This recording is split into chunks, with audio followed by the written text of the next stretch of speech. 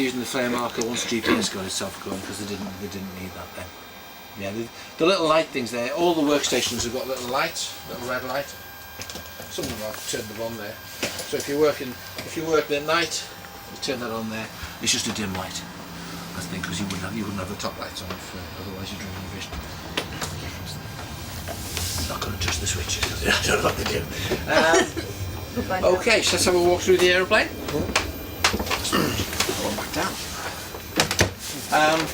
Don't put your hand back because we're getting off the front of the aeroplane. So there's other ones here, smaller sonobuoys, just a different kind altogether. That one hasn't had the clip played with, so that will drop the whole quite high. So there's buttons to set it to do various stuff there. Crew of somewhere between 12, on the MR2s normally about 12-ish, maybe a few more if they're doing testing. You want to come through a bit more so we can all see.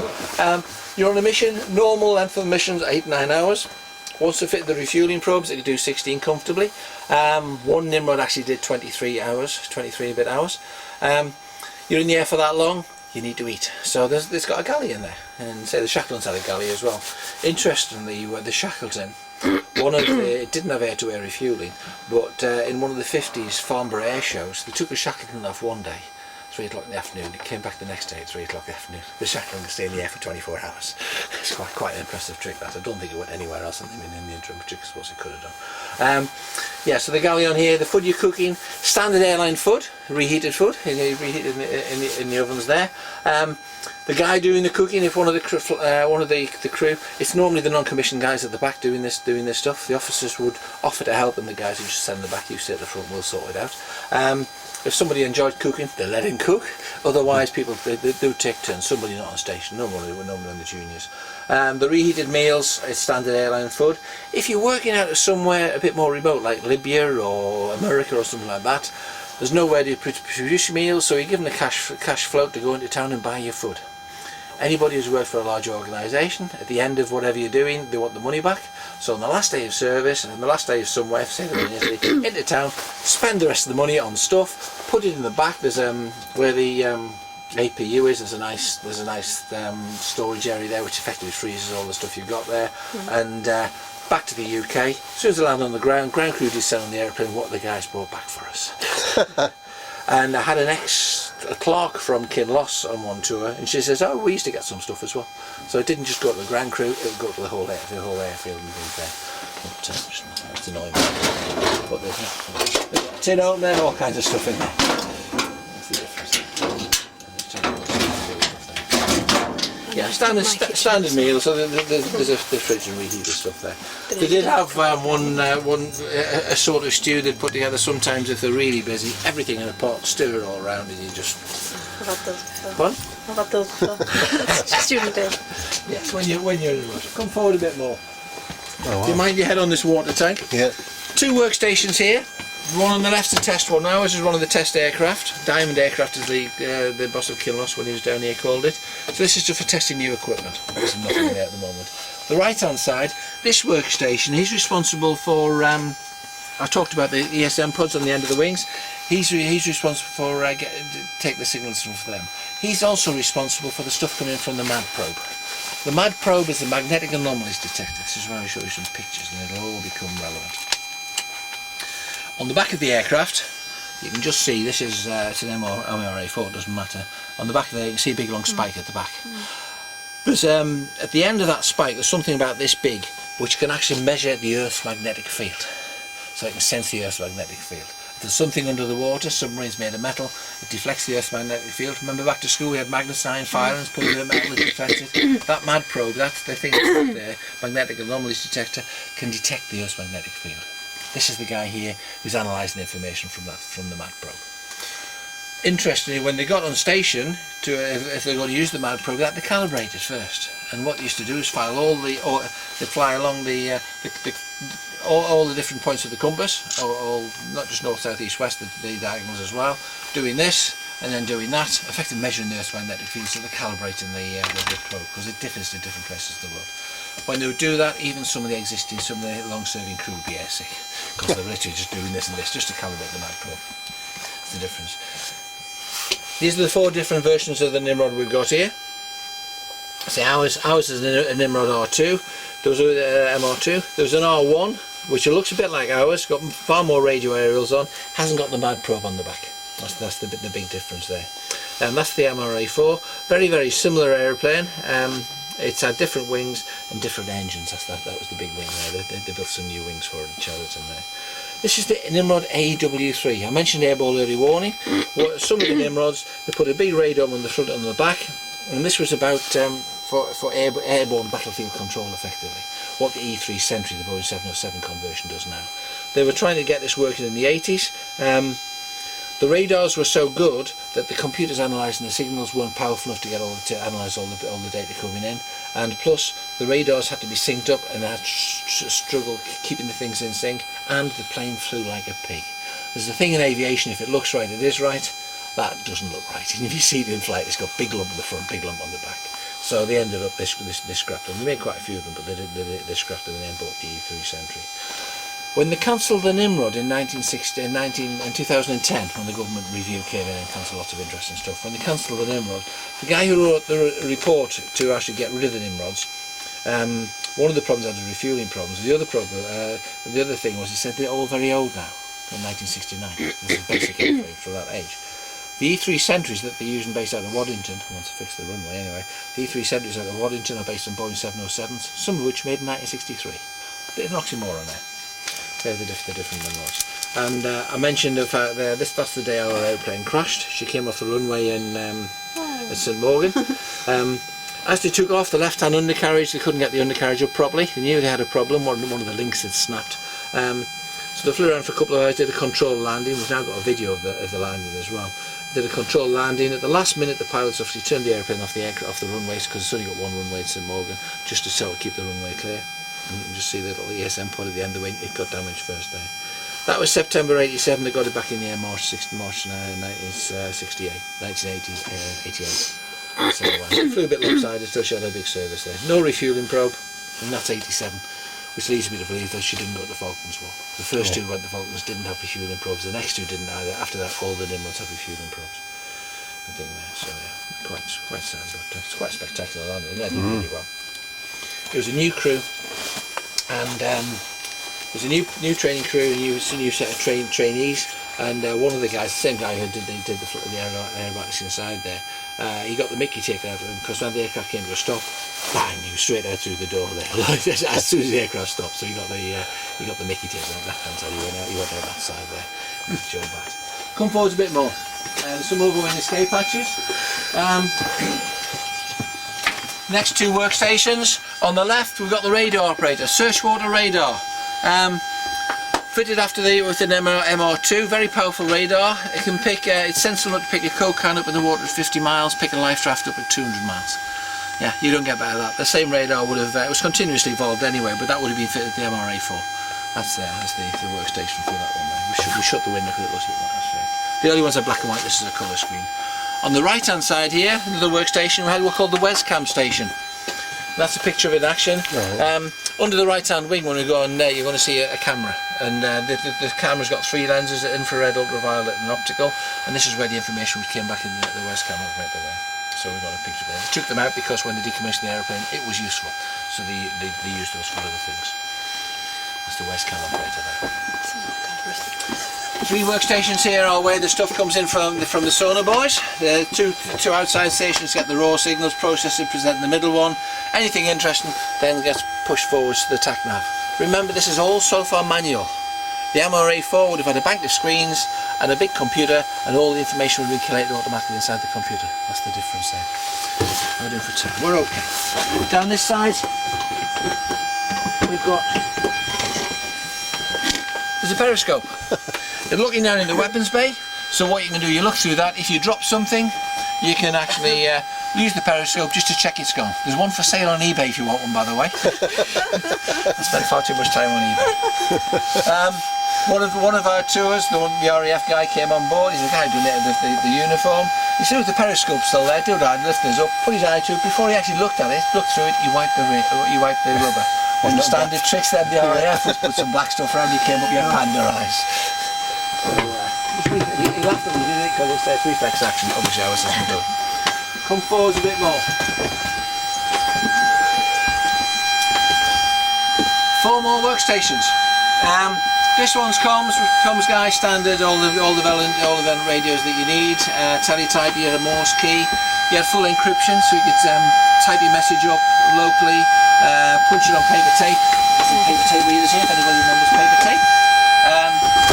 Punch a paper tape, then you can transmit the signal quickly once it's been encoded. I think you decode the incoming messages as well. That's what he's set up for. Nothing very odd there, it's just for the first number 2, which is the Morse key out. 2 navigators here I'll talk about in a second or two. The 4th one there, the innocuous little place, that's the crew chief. That guy is evolved from there. He's responsible for everybody at the back of the aeroplane, normally commissioned, and he's the only link between the front of the aircraft and the back, and the guys at the back. So he's, although it's an innocuous little station, he works in cohorts with a tactical navigator. So yeah, got a very important role there. If that little flap came out, put a laptop in there, so they're doing sonar boy training, they could fire scenarios at the sonar boy operators, because you don't want to have to drop real sonar boys in the water, because they're very expensive things. That's his role there. The next two navigators. The one on the left, a navigator is the strategic navigator, gets you to the local area, then the TAC navigator takes over, and this guy is then in charge of where the sonar boys go, which ones you drop in, working with the crew chief on that kind of stuff there. They could do either role. Chris could swap over there. So you need a tactical navigator. Just turn off. It's a bit noisy though. Some of these instruments have been fitted just to fill gaps in, but it's pretty near what it was like in service as such. There's a little board there that actually tells you the different stations inside the bomb bay of which weapons could go where. And the little torch out. You can just see there. So the Stingray, which different torpedoes, which ones will be set where in the stores there. So you can fire there. That's all the stuff you had there. So you got sort of different torpedoes, flares, air-to-surface missiles, and air-sea rescue stuff. And there you go there. Why is this at an angle like this rather than just flying against the wall?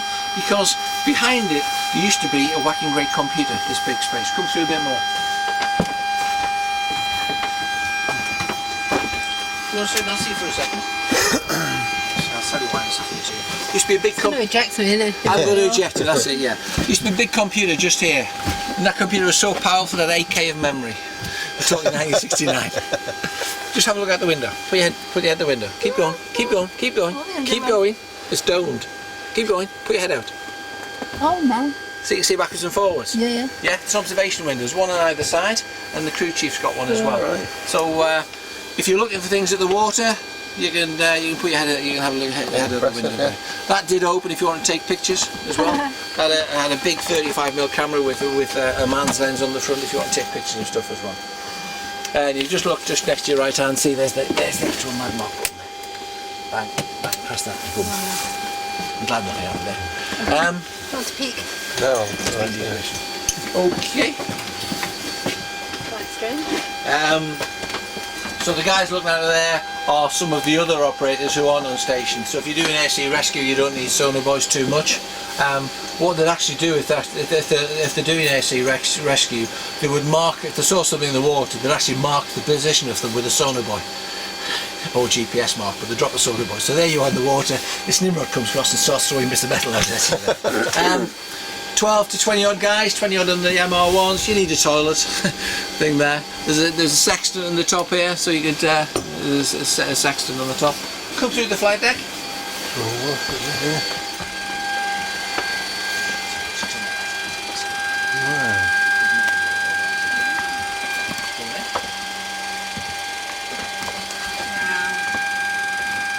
You like to sit in the driver's seat? Oh, yeah. Which is the driver's seat then? Two pilots, and the captain of the aeroplane might be one of the pilots, or might be one of the navigators or the crew chief. It wouldn't be one of the pilots. The pilots are in charge of the flying bit. If the aircraft has an aircrafty type problem, the pilots then have got decision to feed the information back to the captain. But if she's on station, these guys here did whatever the guys at the back said. It doesn't really matter what the rank of the person at the back was either. One of the guys we had on one of our tours was involved in testing new equipment. At the time he was a senior technician. Probably a squadron leader up here, and the squadron leader says, what do you want me to do next? It doesn't matter, there's no rank. Rank goes out the window once you actually move. The Americans couldn't cope with that. Of no rank structure. It's got a captain of the aircraft, that's it. What I want you to do as well is look at that flight deck, wait till we go on board Concorde. It's an analogue flight deck, Concorde's just the same, it's not a million miles different. 4 throttles in the middle, there's only 2 throttles have got reverse thrust. The outboard 2 have got reverse thrust, that's the difference there. If you put your head down and look forwards, you can see the refuelling probe sticking out the front of the aeroplane. You have to go head down, head really low. So when you're refuelling, the guy in the left hand seat's flying the aeroplane, he lowers the seat all the way down, then you can actually see the probe. Can you see the probe up ahead of us? Look, if you look, look down right from middle. Right, look right down and right up that way. Up there. Yeah? Okay.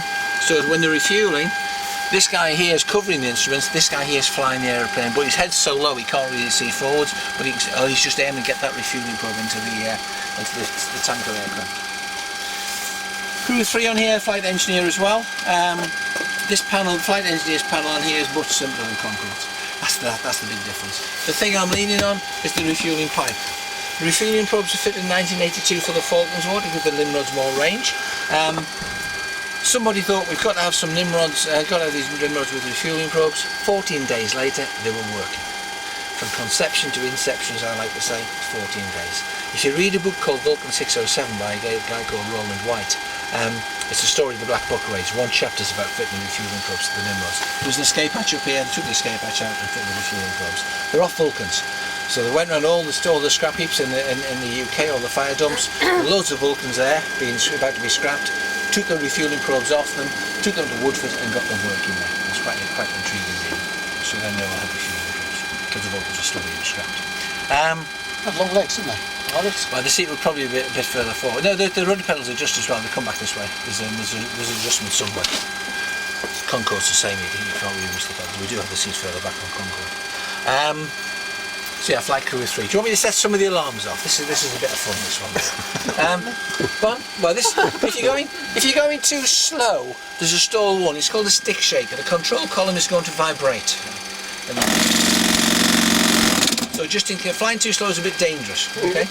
Travelling too fast, you've got something called the Mach horn. This is quite sweet.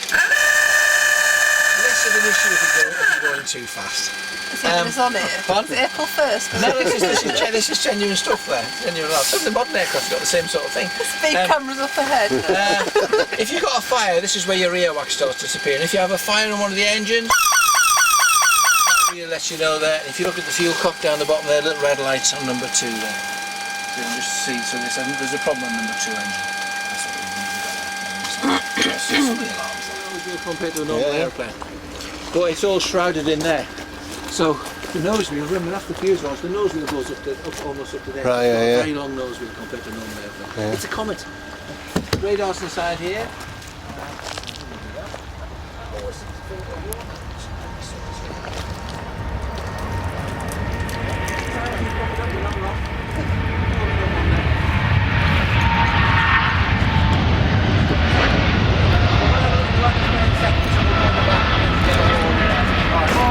Sensors there for the missiles, the Venturis for the instruments which need gyroscope control, pitot tube in the front there. So the radar's inside there, the weather radar and the search water radar. Come over this way a little bit. Is any of these still flying? None at all fly. There's some taxi, the one that's front is all Alvington and they taxi still. The one at Coventry will be taxiing hopefully if we get it working. It runs its engines, and the one that's up in Scotland will hopefully be able to run its engines, but they've got a runway up there unfortunately at the moment.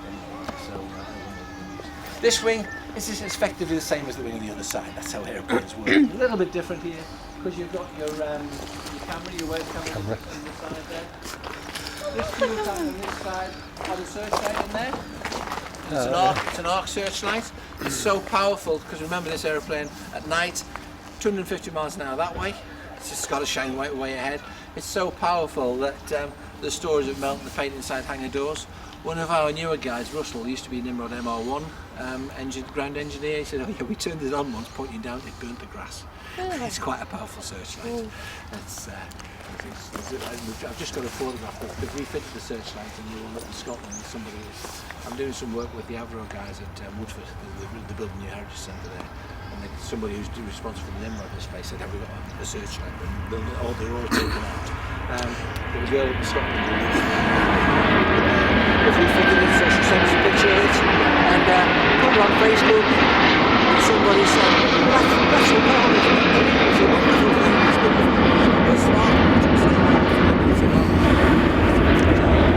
I always find it intriguing putting the searchlight in the front of a fuel tank. It's intriguing.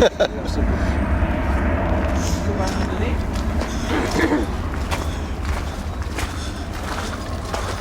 See the mag pole at the back of the aeroplane?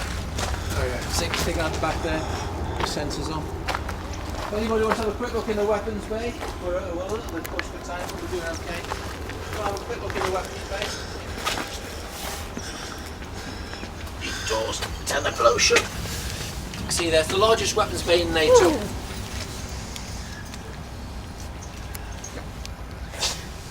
Stuff you got in there is air-to-surface missiles, torpedoes, depth charges, homing torpedoes. The Stingray is quite a nasty one as well. It's quite an interesting little torpedo.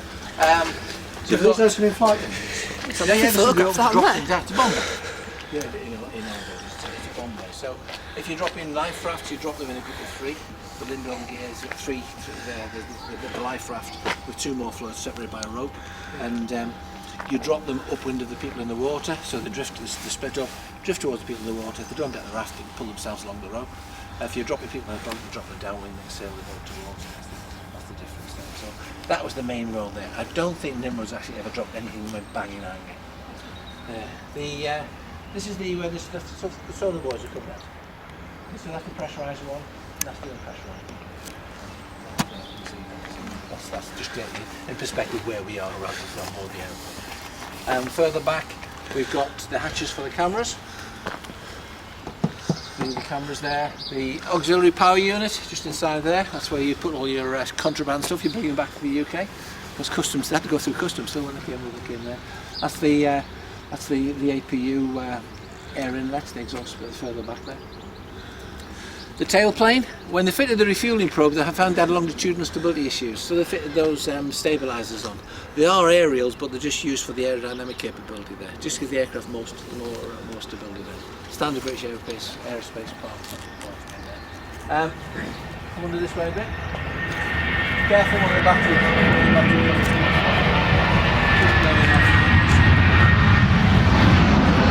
Look, see that scoop there is just was footage of doorstep when I filled the back. That scoop's fitted there just to cool some of the avionics at the back. The MRA4 actually had that on the roof of the tail fin.